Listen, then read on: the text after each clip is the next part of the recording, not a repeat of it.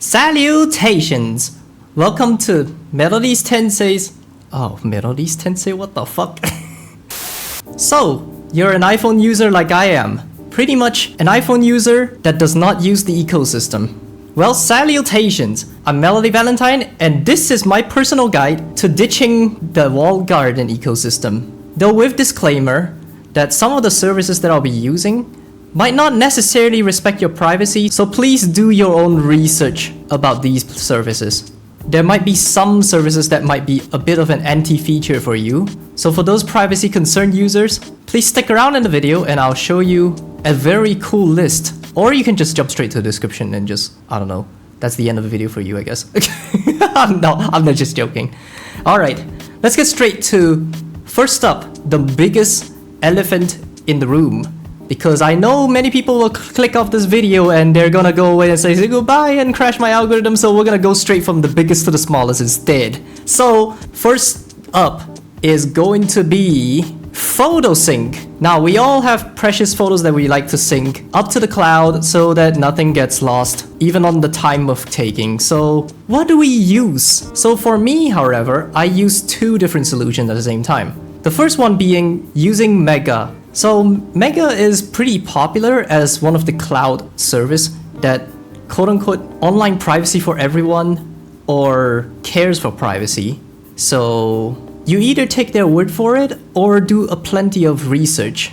And speaking of research, 2 years ago, as of the filming this video, there might be a little bit of a trust problem with Mega. So for me, I do trust Mega a little bit, as long as my photos are not really mission critical or sensitive. So you be your own judge for this. I'll link those resources in the description below. Now for the second one, in case Mega goes to shit, I use Seafile. Well, Seafile is mainly a personally self-hosted cloud sync server. So this also means you need a little bit of a technical know-how to be able to host a server. However, functionality-wise, it is more or less the same as Mega, Google Drive, a plenty lot, but it is a little kind of like clean looking, I guess. It doesn't come smacking at you with like premium features, this and that, because you have control over your files. This sounds like a really awesome idea, so this is my current secondary backup options. So there you have it. However, Seafile do come with, well, kind of bare of features. Like, how do I say this? You have extremely basic Office, and that's pretty much it. You can't really do much with it, like sharing notes that does not exist yet. So this is where Nextcloud comes in. Nextcloud is a lot more whole and a lot more complete because it is more catered to the corporate platform. And even if you do host it on your casual platform, it kind of feels professional to some extent. I'm also personally a Nextcloud user. However, I don't find myself using all the features on Nextcloud, so I can't really say too much for the features that are available there. But once again, with Seafile and Nextcloud, so the security can only be as good as the hosts themselves. You gotta keep that in mind. It's not really a one-click set up and forget solution. You would have to take note of how you are supposed to host it, how you're going to configure it, and how you're going to secure it. Pretty much most of that. However, it's still kind of set up and forget to some extent. There are some bit of maintenance occasionally, like from time to time, like months or something like that. But if you're really, really privacy concerned or privacy conscious, this might be a solution for you. Right, with Photo Sync and Cloud Sync out of the way, let's head on to the next one. So if you happen to use Apple Keychain, and you thought to yourself, how do I bring it to other platforms? Because I don't just use an iPhone, and I don't just use a Mac. Let's say I got a Windows computer, and I got everything else like Linux, Android, whatever that is. How do we bring them over? Well, obviously you gotta ditch the keychain. There's really not much to say. You gotta ditch the keychain. So there are a few more alternatives they can pick up instead of the keychain. And on the very top I got Bitwarden. Bitwarden's one of my personal favorites because its code can be independently audited. Though I may not necessarily be a security expert, it is that bit of assurance that professionals can check the code and call out to the public for that, should there be any issues. And accountability can be held on Bitwarden themselves, which sounds really important to me because I care more about a really clean and secure code over a very paper guarantee from a company. So Bitwarden is definitely on the top of my list. Now, Bitwarden lets you save passwords, notes, and there's a little bit of secure vault. However, you're gonna need a pro subscription for that unless you self-host your own server. Now, correct me if I'm wrong. However, Bitwarden does give you an option to self-host your own Bitwarden server, so you can store your password in your own server rather than Bitwarden's own servers, which is pretty awesome, but I don't really do that for myself because I don't really trust my own server.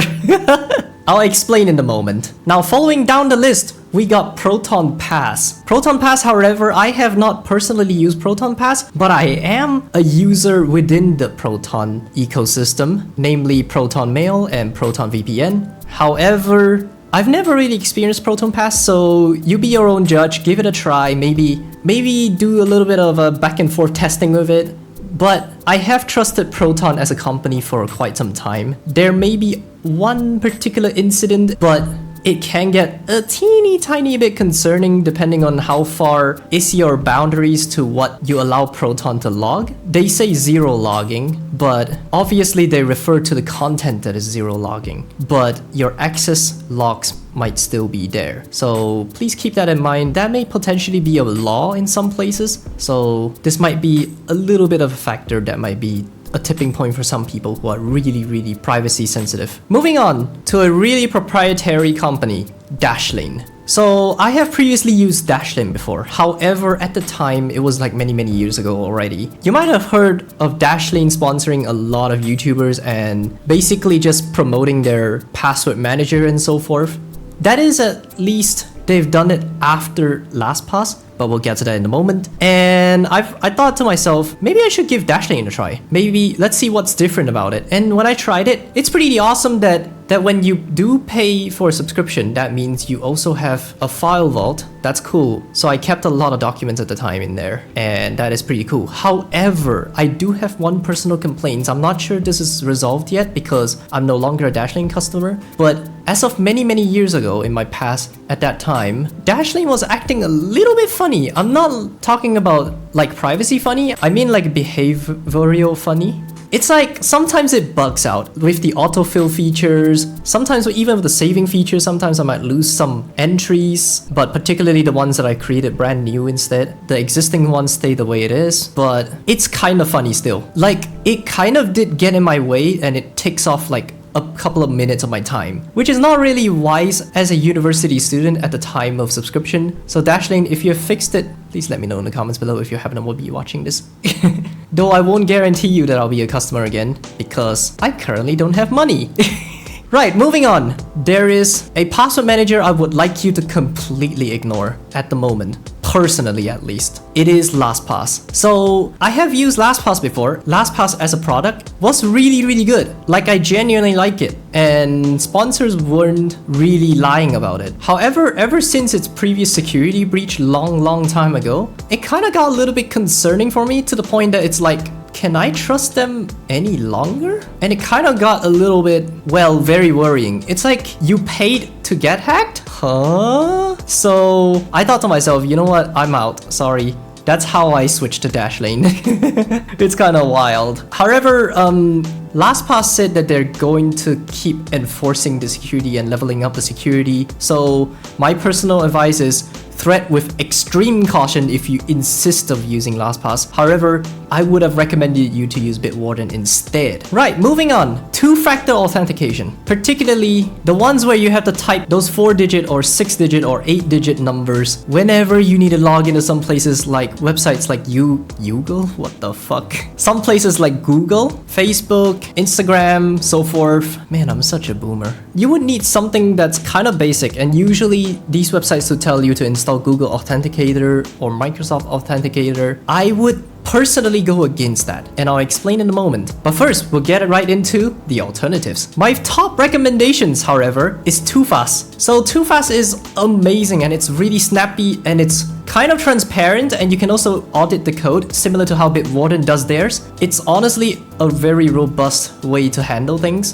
They have talked a lot about their mentality on their YouTube channel, so I hope they keep that mentality throughout so far. And I hope they don't sell out to some big giant corporate, like a certain company that I will talk about in a moment. And the one good thing about 2FAS, however, is that it allows you to use iCloud Sync. to save your keys as a backup. However, if you are not really comfortable with saving things in the cloud, that's fine. Turn that toggle off and you'll be completely local again. The one cool thing I really like about 2Fast, however, is this amazing feature where you can just have a browser extension and you just click on it and it pings your phone and you just press accept and then it auto-fills the password for you. So you don't have to go look up and down for the keys, which I honestly think is seriously an awesome feature for people who are really lazy, or they just have limited access to the keypad on their keyboard or something like that, or they just outright don't have a keypad, like say TKL users, TKL keyboard users. Yeah, I see you. And 60% keyboard users. Yeah, I see you too. Hey, custom keyboards, let's go. Anyways, back to the main topic. And they also allowed you to export your keys so you can bring it cross-platform to the Android side. Say you have both devices like I do, like say both an iOS and an Android device. I would export it and then I'll take it to the Android side and import it there. So I got 2 points of entry. Though preferences is always preferences, so you don't necessarily have to do exactly what I did. But at least that's a scenario that you can imagine. Right. Following that, how do we make this better? Clearly there is a point of inconvenience for me. So you know how I just mentioned little seconds ago about how you need to export the keys and take it manually to the Android side? How do we do this a lot more automatically? And that's where I found Ente. However, I have no personal experience with Ente, but Ente seems like a photo sync platform, a more encrypted photo sync platform, but is under a subscription basis, so it kind of deterred me from considering Ente. However, if you scroll just a little bit down and you see products and you get auth, wow, it's Ente auth. It's an authenticator that is free and cross-platform sync. However, I don't have experience with Ente auth yet, but I am looking forward to try it out after this video. So if I do talk about securities or 2FAs or anything related to it on the video, I would probably talk about my reviews on that video then. Please do keep an eye on my channel and be sure to subscribe for that. However, it sounds really awesome that it's kind of like 2Fast but a little more cloud focused and encrypted. It may not necessarily be a cup of tea for people who are more local focused rather than cloud focused. So if you are more of that person, 2Fast would be for you. However, there is an alternative to 2Fast when it comes to being local. There is Aegis Authenticator. Though I don't have personal experience with Aegis, but I have heard of a lot of recommendations in the two-factor authentication subreddit. And there were plenty of them, in fact. The reason being is pretty simple. You can just access the source code and audit the code yourself, which is pretty freaking awesome in my opinion. It's kind of like the transparency is just there for you to see, which is kind of awesome. And it's also available on F-Droid, which is an alternative download store that you can use if you don't feel like wanting to use Google Play, or you just don't trust Google Play, or you rooted your device, or you use a custom ROM that does not have Google Play Store and you still do not want to have Google Play Store. It's kind of awesome to have options like this, so big ups for Aegis. Now we're getting into the danger zone. Now let's get into those that we should avoid outright. Ravio OTP. Initially, Ravio was being recommended a lot by the subreddit. However, ever so recently, Ravio has sold out to a sketchy company. Sketchy enough that, here, let me get this. Let me set the story for you, okay? Ravio was competitive to Aegis because its source code was open on GitHub during its launch. However, ever since they got sold out to a big sketchy company, that big sketchy company shut down the repo, hid everything relating to transparency, and all you got is this website. That's all there is to it. Do you see where I'm going at right now? Now you catch my drift. You don't know if this app is safe anymore or not, because there's no way to audit the code. So Ravio OTP for me is a big deal breaker. Hell no, I'm not picking it up, thank you very much. And here's another one, Twilio Authy. Now, Twilio Authy, at the time of my usage, it was really painful to use. So for one, for logins, you need to use your phone number to log in, which genuinely freaking suck. And now, I think it seems like from looking at this documentation, it looks like they made it even more confusing for people to use. You still log in with your phone number, and as you may know, SMS OTP is not exactly secure. If you live in a place where it's susceptible to SIM swap or interceptions, this will be really bad for you. So there's that. So that's a big no for me. And lastly, Google Authenticator.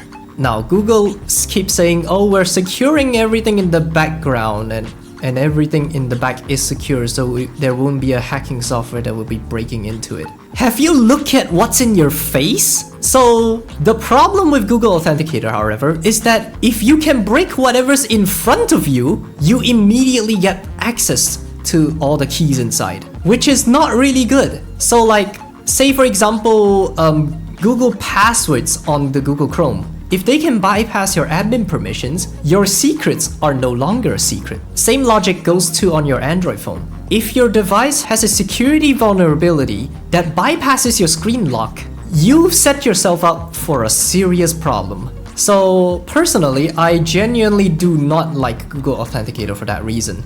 So if you're using mission critical services or website like this, Google Authenticator is a hard no for me. So we're going to yeet that. Speaking of eating, I've done it long time ago. Right, moving on.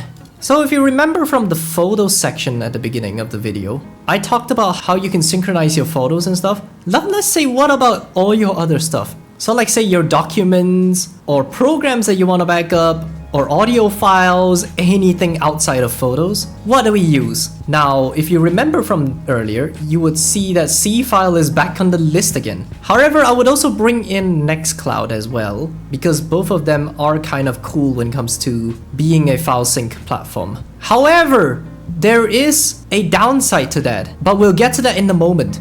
Now, say if you have a server that operates on operating systems like Unraid, TrueNAS, Proxmox, and the sort, then you would usually find yourself using network attached storage kind of thing called SMB or Samba. And Samba is basically a protocol that allows you to connect to network attached storage within your network. It's also being used on Windows and plenty of other platforms that happen to support it as well, which I would say pretty much if you have devices that are smart, like your computer and your smartphone, you can pretty much access it, no problem. So the Apple Files app genuinely sucks in various things. You can even see that it is pretty evident on Linus Media Group's channel MAC address. When Jonathan Horst complained about the Files app, there were plenty of complaints, and one of which happens to resonate with me, which is the inability to refresh on the Files app. What kind of stupid thing is that? The inability to refresh with the Files app also means you are unable to re-establish connections with your network attached storage. That is, either you change passwords or you've changed folder structures so dramatically different that it is to the point of no recognition. And the Files app would just think, oh, the file structure is basically still that way, and then it will stay frozen in time forever. How do we avoid that? Well, sadly, you would have to resort to third-party solutions, which is where this program comes in, ES File Explorer. It's an app made by a subsidiary of Baidu, so please be your own judge. If you do think Baidu is a bit of a malicious company, especially on their origins, please keep that in mind. However, in my personal experience of using ES File Explorer, if you have Tracker completely turned off, it's kind of a pretty good app, at least for the iOS side. On the Android side, I would have recommended you to use Solid Explorer instead. Whereas on the iOS side, I highly recommend using this because it carries things around, at least it works in the kind of fashion. If you do have any other file explorer that you would recommend, please let me know in the description below. Description? What the fuck? That's the second time I've said this already. Please let me know in the comments below. So the one good thing about ES File Explorer, however, is that when you want to take out your photos into your SMB servers, you can just use it to move, which means it will basically just copy the stuff over and then delete it on the local end. So say you take a lot of videos and you want to take it out like how you do with a USB drive or something. This is like the network's version of it. So in my personal opinion, this is genuinely kind of awesome. However, there is a different solution. So say you have a server that runs Syncthing, which is one of the most awesome decentralized file synchronization program, which kind of is like, think of it like Soul Link in Honkai Impact. I guess you don't play Honkai Impact then, don't worry about it. Basically, if you kill one of them, the other resurrects the one that you just killed. So this is kind of an awesome idea in my opinion, but that also means you would need to have both copies on both ends. However, if that's kind of your cup of tea, then you would have Mobius Sync. Though I haven't really used Mobius Sync because I don't really have money to buy the full-fledged version to review, so however, I have used Syncthing in every other platform that is available for free, like Android, Windows, and so forth, and it has been really robust, and this is how I've been moving my files around so far. So if you really want to consolidate your files in the form of Syncthing, I would recommend doing that instead. Right, moving on. Now we've reached to a point where we kind of go thinking to ourselves, okay, we've protected ourselves from the ecosystem from most of the major standpoint. Now let's get into the browser. Now the browser market may be a little teeny tiny bit funny, and I don't know, it's a little bit you're going to trust at your own volition. However, I have done my research and plenty of people on the iOS subreddit has recommended to use Brave browser. Though Brave browser does come with a built-in ad blocker and a built-in PIP, so you can kind of just do whatever YouTube thing you couldn't do on the free version on that browser, to which I cannot legally directly address. But it is kind of a janky way to do it, and I kind of respect the hustle. But Brave does more than just that. They have a search engine of themselves, which I haven't really got around trying, but apparently they have their own search indexes as well, so that's like independent of Bing, independent of Google, and DuckDuckGo is based on Bing, and you got SeerX is kind of like based on Google, Hugo is also Google. So Brave is like an index of its own. Though I haven't got around trying it, so I can't really explain that to you just yet. But if you do want the most basic tracking and ad blocking browser, I guess Brave might be a good option. However, alternatively, you can also try out Firefox. However, Firefox does not come with ad blocking, and extension support is only available on Android. So Firefox is, if anything, the only thing that makes it convenient is just if you happen to use Firefox on your PC, then synchronizing the bookmarks and possibly tabs that you want to move over would be easier that way. However, there's a tiny caveat. So I have previously used Firefox before, and there was a little bit funny going on in the code that if you open and close your Firefox app way too quickly, there are times where its cache gets so corrupted that all your tabs disappear. I have 2 instances of mine where 20-ish of my tabs all disappear, and I don't know how to retrieve it. And that in itself is kind of concerning because I couldn't even find it on Firefox Sync. So Mozilla, if you do catch that, I hope you can resolve this ASAP. Now I get it, Mozilla, I get it. All browsers on iOS is more or less just Apple WebKit with a little bit of a wrapper and extra stuff on top of it, but come on, you got a big market here as well. However, if you can't stand the anomalies that you get from third-party browsers and you still want to stick with Safari, I recommend you check out all these following extensions. Hyperweb. Hyperweb is kind of an all-in-one extension, and you can do ad blocking, overriding search engine, so you can use your own search engine instead of whatever Safari provides you. And you can do custom CSS and JavaScript injection as what it says, though I have not really used it myself, so I can't really tell you. Perhaps it may be something along the lines of TemperMonkey, but I can't really guarantee you that either. And there are also some additional features like creating custom search filters, so the search filter will be a lot more biased to more trusted platforms, like say if you're searching for something medical, it would give you WebMD and other more trusted medical websites. Also, don't quote me on that about WebMD. According to WebMD, you have cancer. According to WebMD, you have cancer. And following that, AdGuard for iOS. AdGuard may be a little bit heavy, so if you use the ad blocking feature on Hyperweb, I think it should be enough.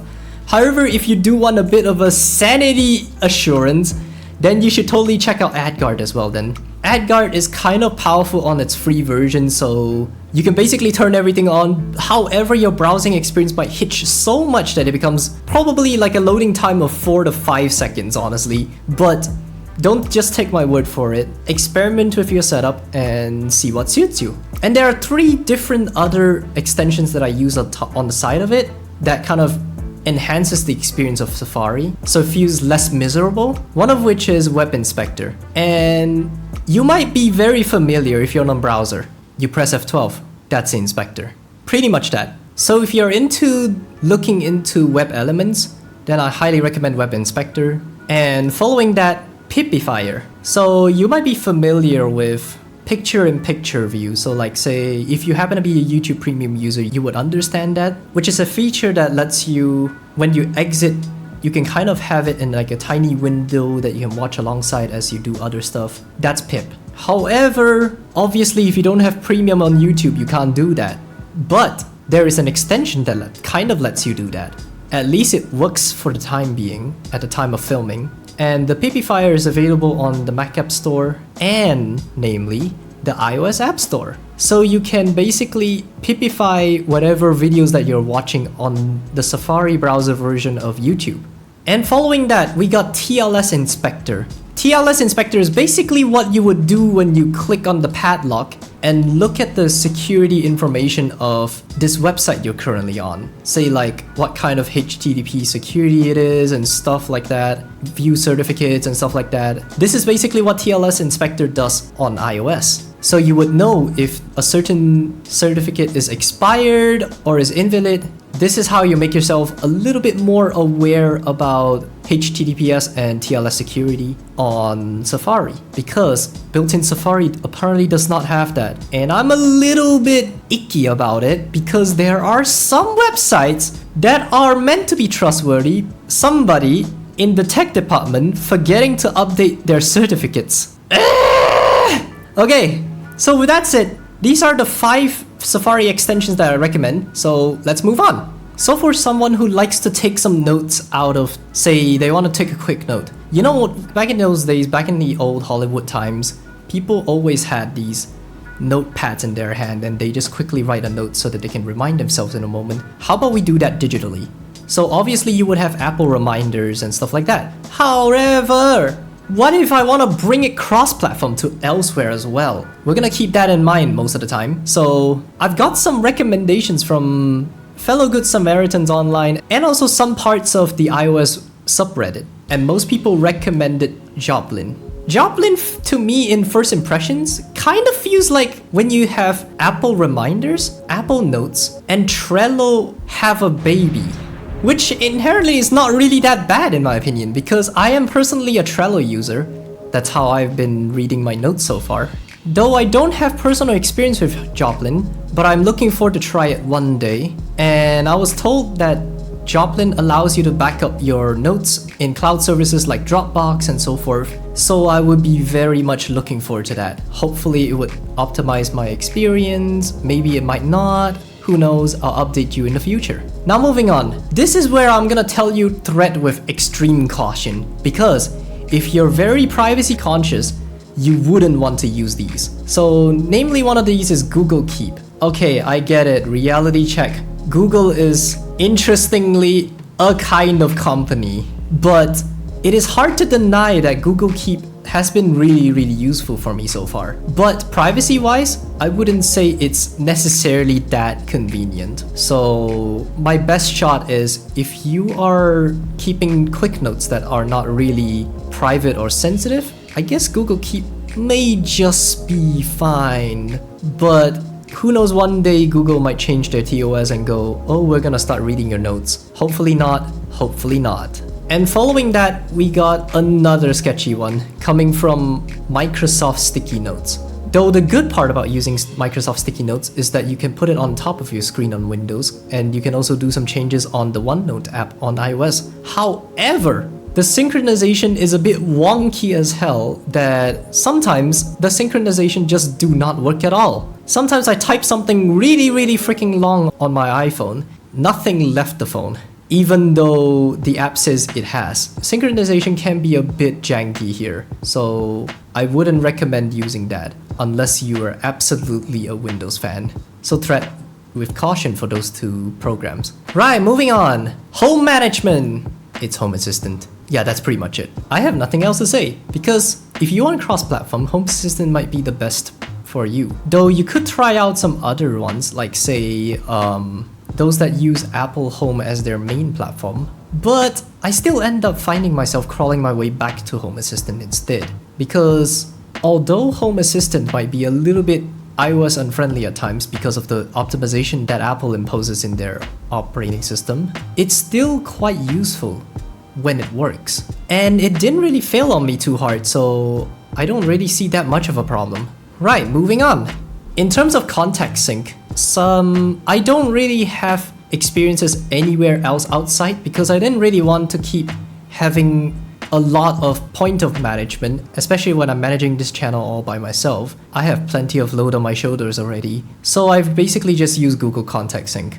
However, for those privacy conscious people, you might want to stick around a little bit to the end of the video for what you may be interested in looking. So, moving on. In terms of cameras, there really isn't any other camera app that I really like to use personally, aside from none other than ProShot. ProShot basically makes you feel like you're handling a DSLR because most of its features do feel kind of like a DSLR to some extent. It's basically a DSLR in the form of an app. Though of course the software capability is confined within the hardware capability of your device, so your mileage may vary significantly. However, as an iPhone user, ProShot has been seriously one of the amazing apps that gives you the amount of flexibility. Like say you want it strictly on a certain aperture and a certain focal length, and you want it at a certain zoom and a certain setting even, like frame rate settings and so forth. All of that are available in this one app. It's genuinely amazing. Big camera energy. Please don't tell a certain someone about this. If you're a very enthusiastic photographer, I highly recommend this app no matter what. Though there may be some other things that you might be interested in, like filmography and stuff like that, then maybe Blackmagic Camera might be your taste, but ProShot is kind of like an all-in-one Apple camera killer. So, big ups, Rise Up Games. Seriously, I've used it for so long. Like, I got this app close to a decade ago already at this point. And they just keep growing and it just keeps getting better. And I haven't really been pissed at them so far. So big ups. Moving on. When it comes to photo editing, this might be a bit of a sticky situation to say the least. I wouldn't recommend Photoshop Express because, in my opinion, it just sucks. Sorry to those who use Photoshop Express. And many of the other apps just kind of are wonky in the way that they put watermarks or they put a limit to the resolution and stuff like that. It genuinely pisses me off as a consumer. Like a general consumer that have bought such a device only to pay even more price premium. It's kind of like you've entered the most expensive place only to pay for even more expensive stuff that you don't really need. So with that, this might be a bit of a very harsh situation.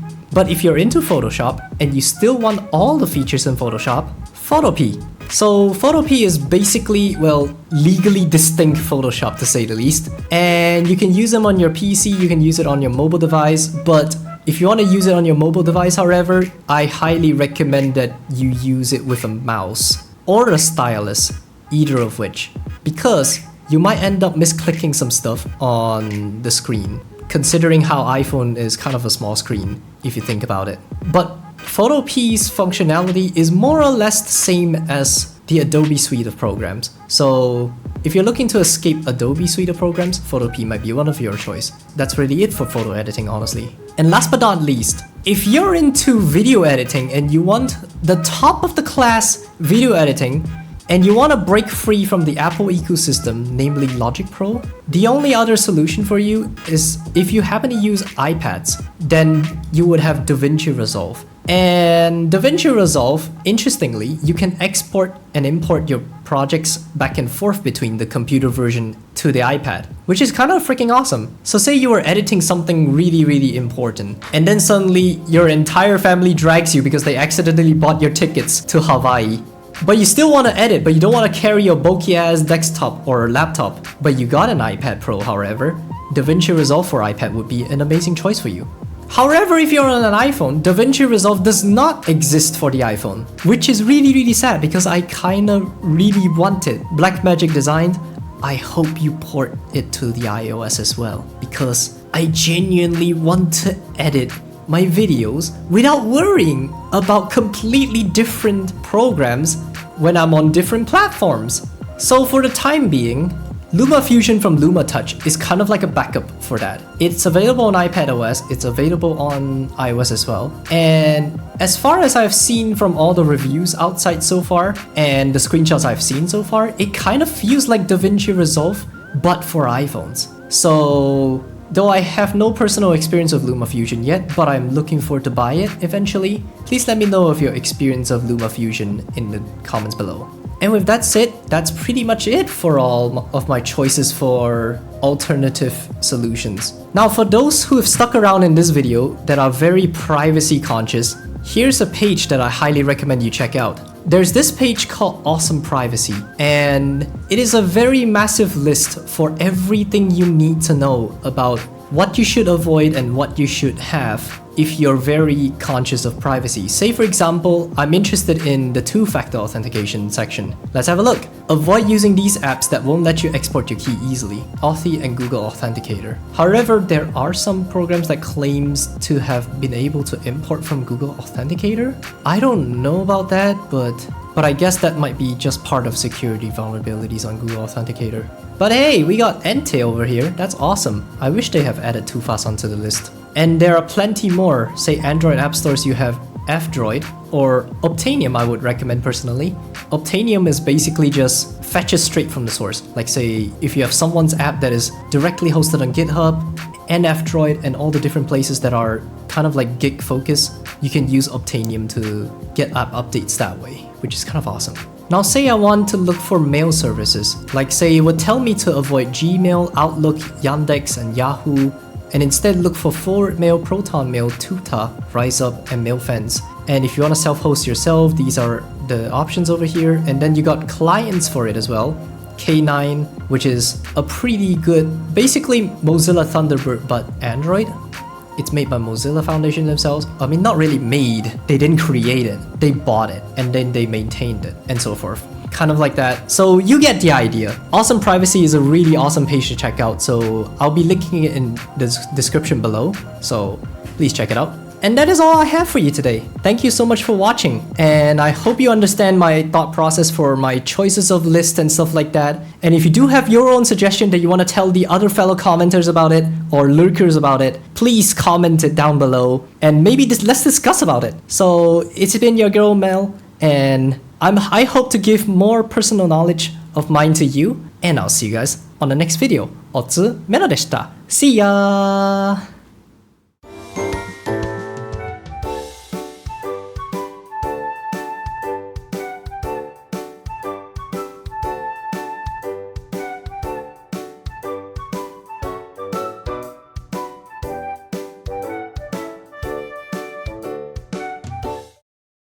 According to WebMD, you have cancer.